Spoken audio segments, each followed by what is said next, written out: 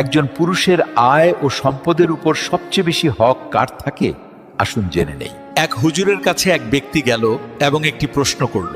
হুজুর খুব সুন্দর করে উদাহরণ দিয়ে উত্তর দিলেন।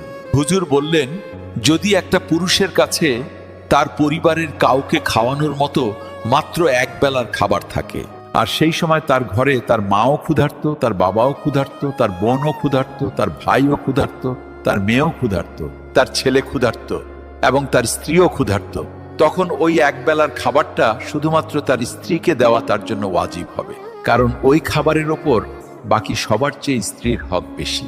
অর্থাৎ স্ত্রীর উপর খরচ করা স্বামীর জন্য সৎকাও, ইবাদতও, আবার দায়িত্ব। কারণ স্ত্রী হলো এমন এক আত্মীয় যে আপনার রক্তের সম্পর্ক নয়, কিন্তু তার বিশ্বস্ততা দেখুন কত গভীর।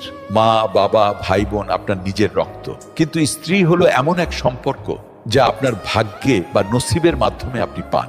আর তারপর সে আপনার সব ক্লান্তি, সব ব্যথা এবং সব দুশ্চিন্তা ভাগ করে নেয়। তার মনে আপনার জন্য দোয়াও থাকে, আবার আপনার জন্য তার ত্যাগও থাকে।